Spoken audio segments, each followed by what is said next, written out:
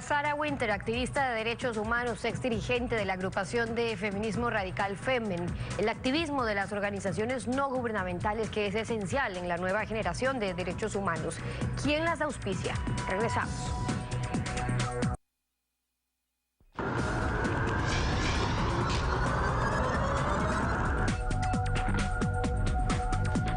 Sara Winter, activista de derechos humanos, ex activista y dirigente de la agrupación de feminismo radical Femen. Bienvenida a Contacto Directo. Muchísimas gracias, es un honor muy grande estar acá. Gracias por la oportunidad. Buenos días también. Femen tuvo su sede central en Kiev y se la distinguía por esta forma de protestar cuando iniciaron, ¿no? En topless, exigiendo derechos para la mujer, luego hasta desnudas, luego pro aborto, matrimonio entre personas del mismo sexo, temas de adopción, luego en contra de las instituciones religiosas, agencias de matrimonio.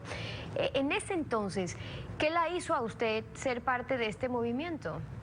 La verdad que así como muchas chicas que están metidas en este tipo de movimiento, yo soy proveniente de una familia muy desestructurada, con un hermano que se metió con el narcotráfico en Brasil. Cuando de 6 años me echó de mi casa con una arma dentro de mi boca. Yo pasé a vivir en las calles donde descubrí el submundo muy triste y terrible de la prostitución. Sufrí una violación que me mató por dentro y afuera también. Y después de este episodio muy traumático, yo conocí a través de los medios el movimiento feminista como un todo. Y me enamoré por Femen, por cuenta de que las fotos eran muy bonitas, que se parecían muy aguerridas, yendo a la calle, luchando por el derecho de la mujer. Durante 5 años yo estuve adentro del más profundo íntimo del movimiento feminista en Ucrania, en Brasil, en Francia, en Holanda y muchos otros países más. Y es muy triste como tengo que venir a público a decir que el movimiento feminista no está interesado en ayudar a la mujer, pero sino usarla como instrumento político de una ideología. Pero ¿en qué momento se da cuenta de estos cambios? Que no necesariamente aplica para todos, pero en el suyo particularmente, un movimiento como Femen, cuando usted inicia allí en esta lucha por la mujer, pero termina vinculándose en estos otros temas también. ¿Cuándo se da cuenta de esas diferencias? Sí, la verdad que yo pasé solo 1 año en Femen y todos los 4 años de militancia de mi vida fueron en el movimiento feminista en general. El movimiento LGBT, feminista, de género y todo eso.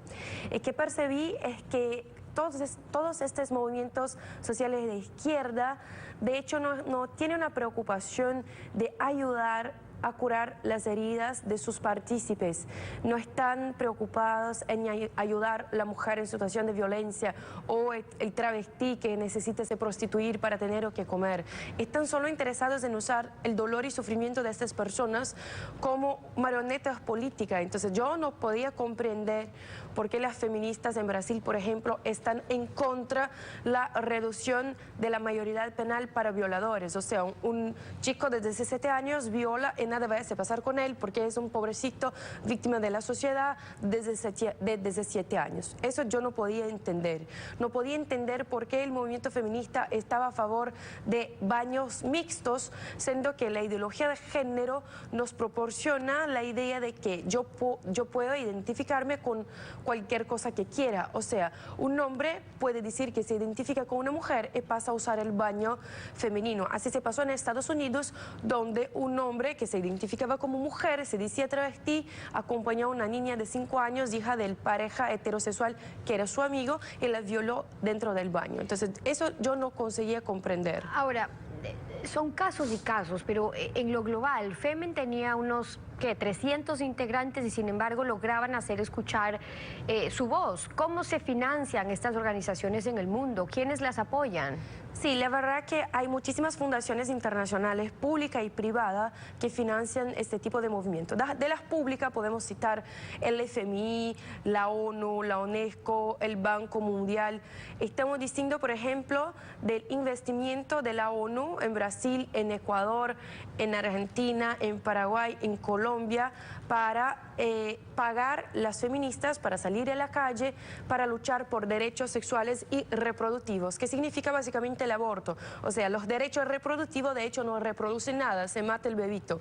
Podemos decir también de las organizaciones internacionales privadas, como por ejemplo la Fundación MacArthur y Fundación Rockefeller y Fundación Ford, que financian proyectos de mujeres en la política, de derechos sexuales reproductivos.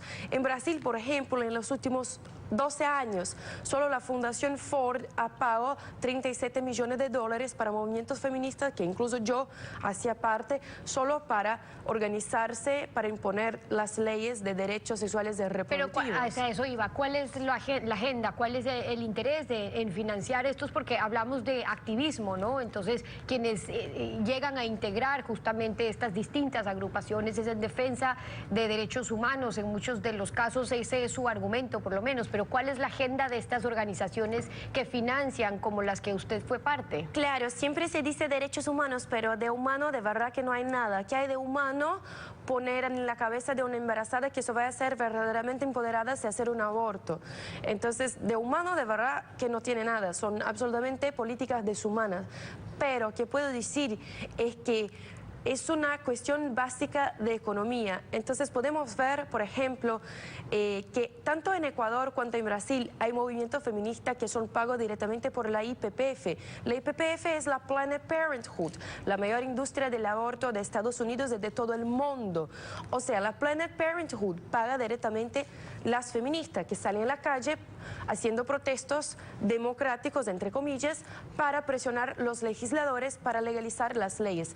De una vez legalizado, se implanta las clínicas de aborto, entonces está hecho. Entonces, cuando quiere abrir una empresa en un nuevo país, tiene que hacer un investimiento para después lograr el dinero. Entonces, primero se investe en las grandes influenciadoras y activistas para presionar a los políticos para que puedan firmar las leyes y así se pueda atraer las empresas de aborto del extranjero para lograr con el cuerpo de la mujer ecuatoriana. En el 2015, ya que habla del aborto, usted tuvo una experiencia personal dura. Hubo un aborto que casi provocó la muerte. ¿Es ahí lo que también le hace cambiar a usted de opinión al punto de terminar hoy rechazando lo que hasta entonces había defendido? Claro, por supuesto, porque yo cuando era feminista escuchaba a todas mis amigas diciendo que el aborto se trata de empoderamiento del cuerpo de la mujer, que se trata de derechos humanos, que se trata de mi cuerpo, mis reglas. Entonces un día, cuando mi novio me dejó, yo ya estaba embarazada y no sabía qué hacer, estaba desesperada. Todas mis amigas me dijeron, Sara, por el amor de Dios, eres la feminista más famosa de Brasil. Y de verdad, yo estaba metida en todos los programas de televisión, era una gran influenciadora. Necesitas hacer un aborto porque así vas a tener más experiencia empírica para luchar por su legalización en los medios que participa. Además, eso que está dentro de tu barriga no es un bebito, no es un ser humano, no es un niño, es solo un coágulo de sangre, es solo un conjuntito de células. Aquí está, y me regalaron con 4 pastillas de misoprostol, la droga que es usada en toda Latinoamérica para hacer el aborto legalmente o ilegalmente también. Y así me dijeron que yo no estaba embarazada de un bebito, yo estaba embarazada de una pelotita de células, de un coágulo de sangre. Y así yo hice el aborto, pero tanto me decían la palabra empoderamiento, la palabra libertad, la palabra independencia, pero nadie me contó que para hacer un aborto, para una mujer tener un aborto, tiene que pasar por horas y horas y horas interminables de trabajo de parto. La prostaglandina, que es el medicina que está en el compuesto del misoprostol, hace con que el colo de útero se abra y que se empiecen las contracciones. Después de tantas horas dolorosas de trabajo de parto, para decirme que no era un bebito. De cualquier manera, la mujer que está teniendo un aborto va a parir el hijo, solo que no va a parir un hijo vivo, va a parir un hijo muerto, peor, pedazos de hijo, para después de tantas horas, entre comillas, de empoderamiento, mirar en el fondo del inodoro, no un conjuntito de células, no un coágulo de sangre, pero mi hijo. Yo no sentí empoderamiento, yo no sentí libertad, yo sentíme traicionada, yo sentí arrepentimiento, rencor. ¿Y ahora qué iré a hacer? No se puede volver. Mucho se dice los entusiastas del aborto que se trata de una interrupción voluntaria del embarazo. Mentira, a ni una mujer le gusta la idea de matar sus hijos. Por esta experiencia tan dura que usted vivió, es que también hoy viaja por el mundo, ahora como activista en contra de lo que un día defendió, pero esa la convierte a usted en alguien que ha podido ver la polarización que surge de un lado y del otro, y estos equivocados enfrentamientos que hoy estamos viendo en nuestro país. Digo equivocados enfrentamientos entre quienes piensan distinto, justamente por la falta de tolerancia. ¿Cómo ve usted que está desencadenando hoy esas expresiones que sobrepasan el respeto? Porque una cosa es no creer en la iglesia y en Dios, y otra es cortar cruces, usar imágenes de una virgen topless, porque eso hacía Femen. Claro. Pero del otro lado también las burlas y ofensas contra homosexuales. ¿Hacia dónde nos está llevando eso? Usted que ha estado en las calles. Yo creo que tenemos, mismo la persona que no cree en Dios, necesitamos de un mundo, vivir en un mundo que sea recristianizado. Tú puedes no creer en Cristo, pero Cristo siempre nos enseñó algo muy importante, que amar al próximo como a ti mismo. Yo creo que este no es un principio solo cristiano, pero sino un principio básico de convivencia humana. Entonces yo creo que primeramente nos piden tolerancia, nos piden menos odio, nos piden más amor, pero son los primeros a nos llamar de fascista, de neonazi, de antiderecho. Entonces hoy vivimos en un mundo controlado por el discurso del políticamente correcto, donde yo digo, yo estoy en contra del aborto, automáticamente me llamo de fascista, antiderecho, que yo quiero matar a la mujer y todo eso. Entonces, es una dicotomía que es muy triste. En Brasil estamos trabajando muy bien. Yo tengo el honor de ser parte del gobierno de Bolsonaro dentro del Ministerio de Derechos Humanos.